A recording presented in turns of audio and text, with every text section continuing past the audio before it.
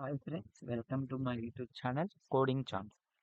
మనము ఈ వీడియోలో C20 diploma computer engineering fifth semester ఏమేమి సబ్జెక్ట్స్ ఉన్నాయో అండ్ అలాగే సబ్జెక్ట్ ఒక వెయిటేజ్ తెలుసుకుందాం.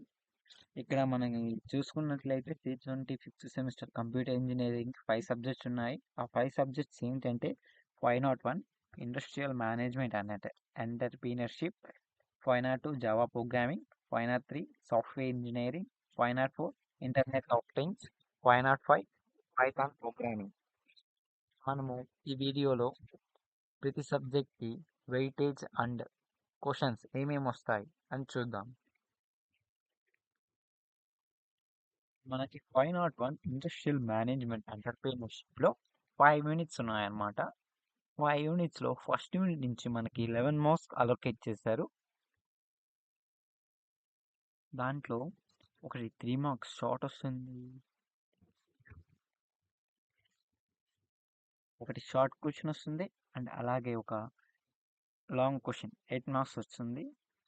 సెకండ్ యూనిట్కి వెళ్ళినట్టయితే మనకి 14 మార్క్స్ అలొకేట్ చేశారు.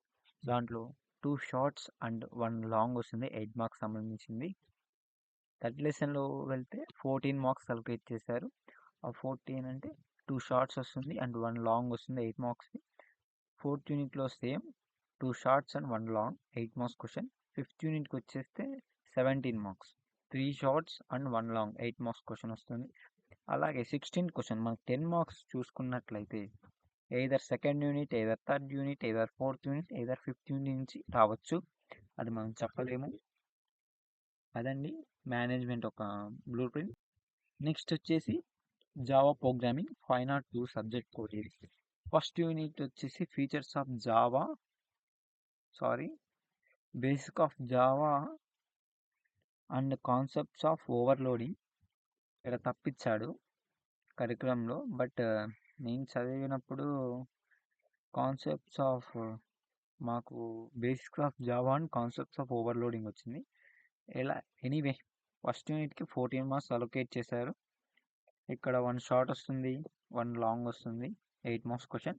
అండ్ అలాగే సెకండ్ యూనిట్ నుంచి 14 మార్క్స్ అలొకేట్ చేశారు. As it is 2 shorts and 1 long. అండి, ఫస్ట్ యూనిట్ కూడా 2 షార్ట్స్ వస్తాయి, 1 లాంగ్ వస్తుంది. ఇక్కడ అన్ని ఫిఫ్త్ యూనిట్ 1 to 5 2 షార్ట్స్ వస్తాయి అండ్ 1 8 మార్క్స్ క్వశ్చన్ లాంగ్ వస్తుందండి. అలాగే మనం 16 మార్క్స్ 10 మార్క్స్ క్వశ్చన్ చూసుకున్నట్లయితే second unit, third unit, fourth unit, fifth unit నుంచి రావచ్చు. నెక్స్ట్ సబ్జెక్ట్ వచ్చేసి సాఫ్ట్వేర్ ఇంజనీరింగ్ 503. ఫస్ట్ యూనిట్ నుంచి చూస్తే 11 మార్క్స్ అలొకేట్ చేశారు. 1 షార్ట్ అండ్ 1 8 మార్క్స్ క్వశ్చన్ రావచ్చు. నెక్స్ట్ సెకండ్ యూనిట్ నుంచి 14 మార్క్స్ అలొకేట్ చేశారు. 2 షార్ట్స్ 3 మార్క్స్ వస్తాయి అండ్ 1 లాంగ్ 8 మార్క్స్ వస్తుంది. థర్డ్ యూనిట్కి వచ్చేస్తే 11 మార్క్స్ అలొకేట్ చేశారు. 1 షార్ట్ అండ్ 1 8 మార్క్స్ క్వశ్చన్ వస్తుంది. అలాగే software design and coding fourth unit వచ్చేసి 17 మార్క్స్ అలొకేట్ చేశారు. అంటే దీంట్లో 3 షార్ట్స్ వస్తాయి అండ్ 8 మార్క్స్ క్వశ్చన్ 1 లాంగ్ వస్తుంది. అలాగే ఫిఫ్త్ యూనిట్ నుంచి కూడా 17 మార్క్స్ అలొకేట్ చేశారు. 3 షార్ట్స్ వస్తాయి అండ్ 1 8 మార్క్స్ క్వశ్చన్ వస్తుంది. ఇక్కడ 10 మార్క్స్ క్వశ్చన్ చూసుకున్నట్లయితే second unit, third unit, fourth unit నుంచి రావచ్చు, ఖచ్చితంగా వస్తుంది.